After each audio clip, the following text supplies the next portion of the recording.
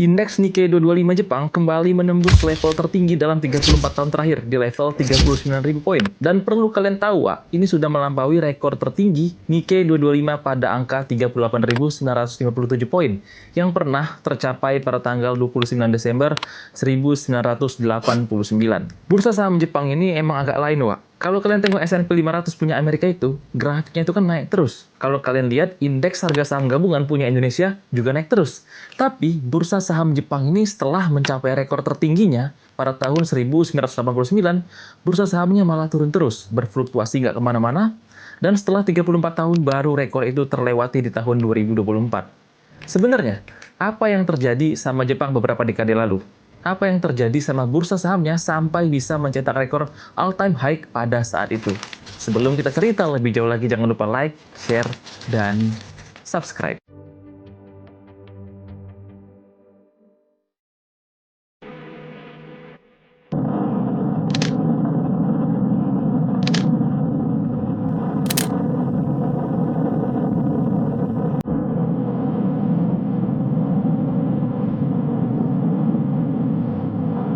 Negara Jepang dihantam oleh bom atom pada Perang Dunia Kedua. Kota-kota besar seperti Hiroshima dan Nagasaki mengalami kerusakan berat dan sudah pasti kondisi ekonomi Jepang hancur pada saat itu. Setelah Perang Dunia Kedua, ekonomi Jepang perlahan pulih. Jepang juga mendapatkan bantuan dari Amerika Serikat dalam pembangunan ekonomi. Hal tersebut tentu saja membuat hubungan Jepang dan Amerika Serikat menjadi saling terikat. Pada rentang tahun 1950 sampai 1970, Jepang mengalami pertumbuhan ekonomi yang luar biasa. Sampai-sampai pada saat itu muncul istilah Japanese Economic Miracle atau keajaiban ekonomi Jepang. Jepang yang tadinya hancur pasca Perang Dunia Kedua, kemudian bertransformasi luar biasa dan menjadi salah satu kekuatan ekonomi terbesar di dunia bersama Amerika Serikat, Uni Soviet, Jerman, dan Inggris. Di awal-awal kebangkitannya, pada tahun 1950, Jepang secara terbuka menerima bantuan dari Amerika Serikat dan negara-negara lain dalam bentuk dana ataupun bantuan teknis. Kemudian, pemerintah Jepang mengalihkan fokusnya ke industri manufaktur, seperti baja, mobil, dan elektronik.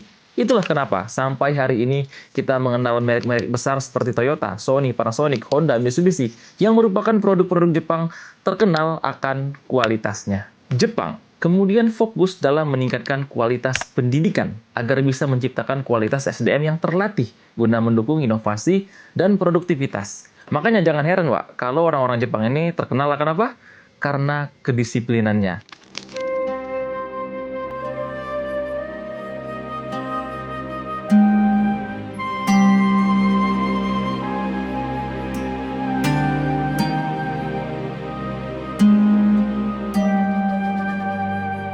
Negara Jepang juga sangat fokus dalam kegiatan ekspor guna mendukung pertumbuhan ekonomi. Faktor-faktor tersebut menjadi awal mula Jepang dikenal sebagai negara dengan kekuatan ekonomi terbesar di rentang tahun 1950 sampai 1970 di belakang Amerika dan Uni Soviet. Pada awal tahun 1980, dolar Amerika ini menguat sangat signifikan. Karena penguatan dolar inilah, barang-barang Jepang menjadi lebih mahal di luar negeri, dikarenakan harga produk mereka menjadi lebih tinggi. Jepang pun mulai mengalami penurunan pesanan dari luar negeri. Padahal saat itu sektor ekonomi Jepang sangat bergantung dengan ekspor. Alhasil, ekonomi Jepang pun melambat di awal tahun 1980-an. Karena dolar Amerika ini semakin menguat pada tahun 1985, diadakan perjanjian antara 5 negara besar, yaitu Amerika Serikat, Jepang, Jerman Barat, Prancis, dan Inggris, atau yang lebih dikenal dengan Plaza Accord, dengan tujuan menurunkan nilai dolar. Tujuannya adalah biar keseimbangan perdagangan internasional itu kembali terjaga. Alhasil nilai dolar pun turun, diikuti dengan yen yang menguat. Namun dalam jangka panjang, kejadian ini justru menimbulkan malapetaka untuk Jepang. Nilai yen terhadap dolar terus menguat. Sebelum Plaza Accord, nilai yen terhadap dolar adalah 242 yen per dolar Amerika. Namun, pada akhir 1985, yen terus menguat hingga melewati 200 yen per dolar AS. Dan pada tahun 1988 menjadi 128 yen per dolar Amerika. Nah, untuk mengatasi penguatan yen terhadap dolar, Bank Sentral di Jepang melakukan pemangkasan suku bunga sampai 5 kali dan diturunkan hingga 2,5%, di mana angka tersebut yang terendah sejak berakhirnya Perang Dunia Kedua. Selain suku bunga rendah, Jepang juga memberlakukan financial liberalization. Tujuannya adalah Jepang melakukan ini adalah mendorong agar masyarakat mendapatkan akses terhadap modal dan layanan keuangan bagi perusahaan ataupun individu, mendorong konsumsi dan mempercepat pertumbuhan ekonomi. Karena itulah, pada saat itu, bank-bank di Jepang sangat mudah sekali dalam memberikan kredit kepada perusahaan atau individu tanpa diikuti dengan pengawasan yang baik. Akses mudah terhadap kredit dan suku bunga rendah menyebabkan peredaran uang begitu besar. Lalu pertanyaannya adalah, kemanakah uang tersebut? Uang-uang tersebut lari ke pasar saham dan properti. Terdapat spekulasi besar-besaran terhadap dua kelompok aset tersebut. Nikkei 225 pada tahun 1985 berada di sekitar 12.000 poin. Dan di akhir 1989 mencapai puncak tertinggi pada 38.915 poin. Nilai kapitalisasi pasar saham Jepang pada saat itu adalah 4 triliun dolar, sedangkan Amerika 5 triliun dolar. Padahal Amerika itu merupakan negara yang jauh lebih besar dibandingkan Jepang. Lebih gilanya lagi, spekulasi pada pasar properti di Jepang membuat harga properti melonjak sangat tinggi. Bahkan dikatakan kalau nilai properti di Jepang 5 kali lebih mahal dibandingkan di Amerika. Tokyo is not only one of the most densely populated cities in the world, but one of the priciest real estate markets anywhere.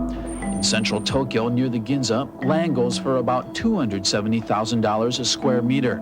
Out in the distant suburbs, the situation is no different. Small two-bedroom house like this one can easily fetch more than $1 million. Kelebihan penawaran properti yang tidak diikuti permintaan, krisis perbankan karena memberikan kredit secara ugal-ugalan tanpa pengawasan yang ketat, membuat bubble aset pecah di awal tahun 1990-an. 1990 saw the key Nikkei index in Tokyo suffer heavy losses, and now there are growing concerns that Tokyo's real estate market may be next. The resulting situation could easily rival the savings and loan debacle here in the United States. Kejadian tersebut menyebabkan perlambatan ekonomi secara keseluruhan. Konsumsi masyarakat turun, investasi turun, ketersediaan lapangan pekerja turun, dan menyebabkan resesi ekonomi yang panjang. Bahkan nilai Nikkei 225 tidak pernah mencapai all-time high-nya lagi selama 30 tahun lebih. Lalu, apa yang membuat Nikkei 225 mencapai all-time high-nya lagi? Apakah akan terjadi bubble lagi di tahun 2024? Atau dalam waktu dekat ini? Mari kita bahas.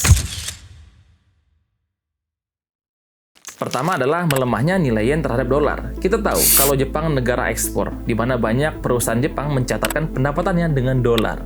Melemahnya mata uang ini berakibat dengan meningkatkan profit perusahaan yang memiliki orientasi bisnis pada pasar luar negeri.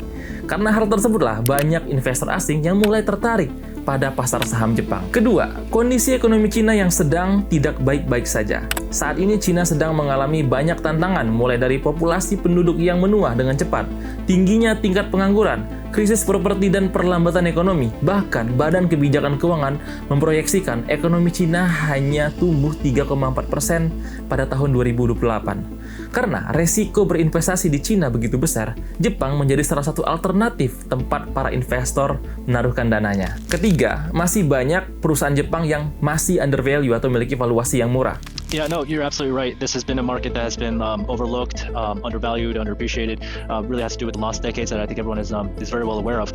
But in the last sort of 10 years or so, there have been a number of corporate governance reforms that has really helped to sort of solidify and improve many of the board structures in this market. But actually, the stock market, the way that it's moved this year, really that's been a result of a catalyst that happened in March, which was the Tokyo Stock Exchange putting out a new set of guidelines to over 3,000 companies in Japan, asking management to improve transparency on how these companies will improve return on equity and return on invested capital above cost of capital. Keempat, inflasi mulai meningkat. Jepang selama ini mengalami deflasi atau kondisi di mana tingkat umum harga barang dan jasa di suatu ekonomi mengalami penurunan secara berkelanjutan. Kejadian ini bisa jadi karena berlebihnya penawaran barang jasa dan kelebihan kapasitas produksi suatu industri melebihi permintaan. Jadi bisa dikatakan masyarakat Jepang ini jarang belanja, lebih suka menyimpan uangnya karena harga-harga barang di Jepang itu cenderung mahal kalau yang di dalam negeri.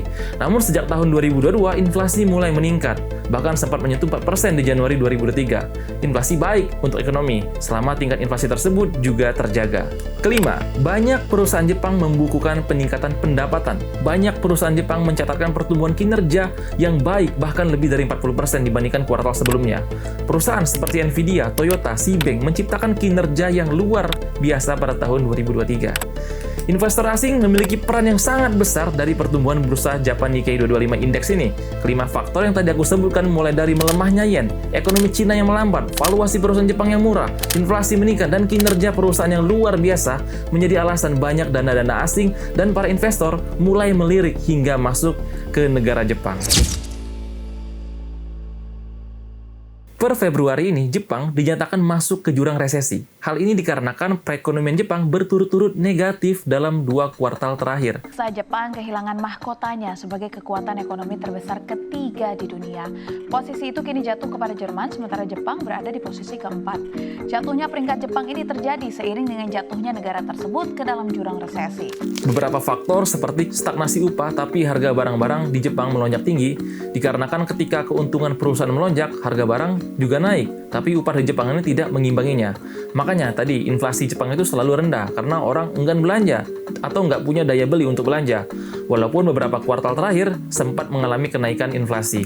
Faktor lainnya adalah munculnya kendaraan listrik. Kita tahu negara Jepang ini adalah negara otomotif. Jepang terkenal dengan merek-merek otomotifnya seperti Toyota, Honda, Mitsubishi, Suzuki, Daihatsu, dan lain-lain. Namun penjualan mobil listrik global yang terus meningkat tiap tahunnya membuat Jepang sedikit terguncang. Seperti apa yang telah disampaikan oleh Profesor Ekonomi Universitas Tokyo, Tetsuji Okazaki. Beliau ini mengatakan, beberapa tahun lalu Jepang memiliki sektor otomotif yang kuat. Namun dengan kemunculan kendaraan listrik, keunggulan tersebut menjadi terguncang. Meskipun ekonomi Jepang dikatakan lesu dan dinyatakan resesi, tapi bursa saham Jepang telah mencapai all-time high-nya karena 5 faktor yang saya sebutkan sebelumnya, seperti melemahnya yen, kondisi Cina yang sedang tidak baik-baik saja, banyak perusahaan undervalue, inflasi yang mulai pelan-pelan naik, dan banyak perusahaan Jepang menciptakan kinerja yang cemerlang. Jadi, menurut teman-teman, kenaikan bursa saham Jepang ini bisa dikatakan bubble atau tidak ya? Tulis di kolom komentar. Sekian dari saya, semoga bermanfaat.